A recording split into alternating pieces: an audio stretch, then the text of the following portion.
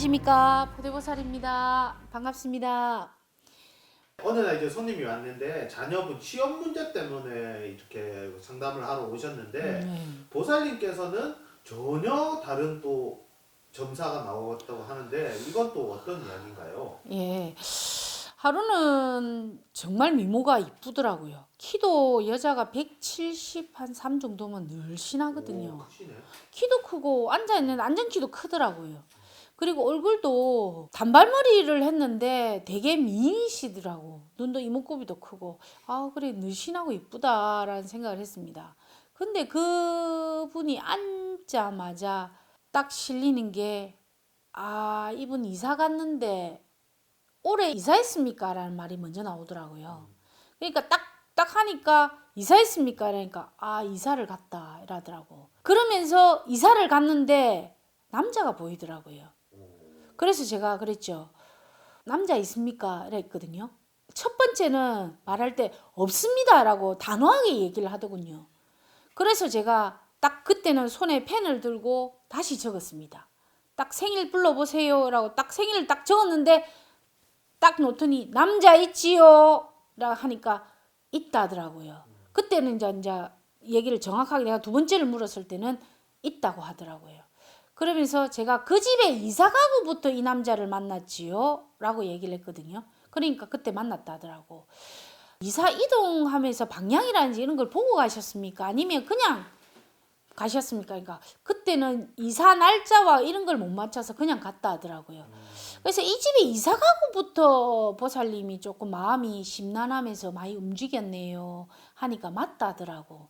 그러면서 이사를 갔는데 그 집에 왜 이렇게 내가 그 청춘기가 보이는 그런 게 있는데 이게 뭐지 싶은 거예요. 그래서 아, 원래 이 집에 남자가 혼자서 조금 많이 살았던 그런 집인 것 같다 그랬거든요. 그러니까 마침 그 집이 좀 집을 내놨는데 조금 다른 집보다 조금 싸게 나와가지고 그 집을 구했다 하더라고. 그리고 들어갔는데 그 집 들어가고부터는 자기가 자꾸 밖을 나가고 싶고 집에 있어도 너무 우울하고 마음이 심란하고 그렇다 하더라고요. 그래서 아 보살님 그 이사 가고 나서부터는 제가 볼 때는 남자가 한 명 있습니다.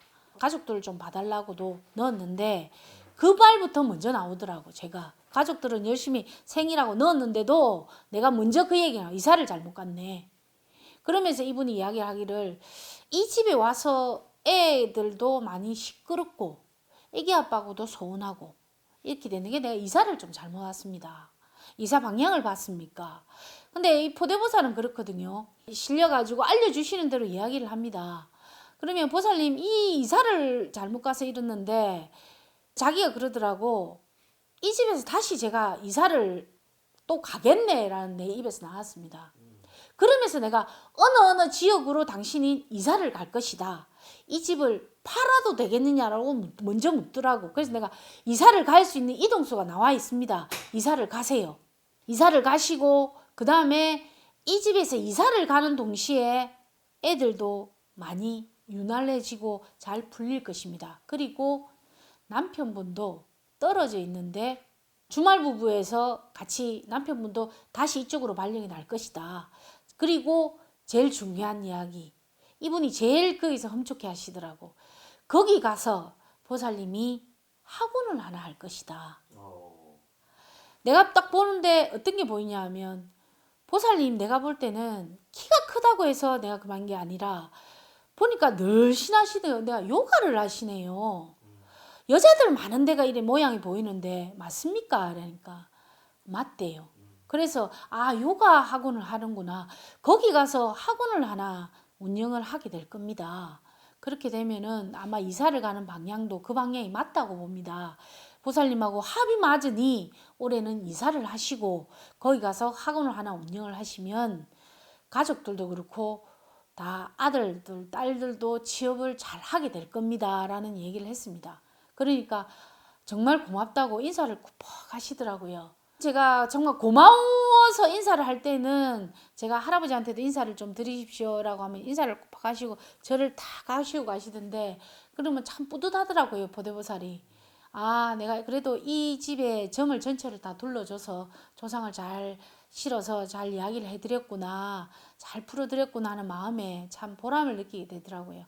그 애인에 대해서는 뭐라고 나와요? A는 그 집을 이사를 감으로써 자연스럽게 물르듯이 헤어질 것이라는 이야기가 나왔습니다. 그리고 나서 내가 볼 때는 참 그게 참 유명하더라고요. 그분이 묻더라고. 그 애인에 대해서 처음에는 내가 애인이 있네 이라니까는 애인이 있다고 하시면서 뭐라고 참 우스갯소리로 하느냐면 애인이 돈이 많습니까? 라고 물어봅니다. 그래서 제가 포대보살이 웃었습니다. 보살님이 돈이 더 많습니다 라고 하니까 웃더라고요.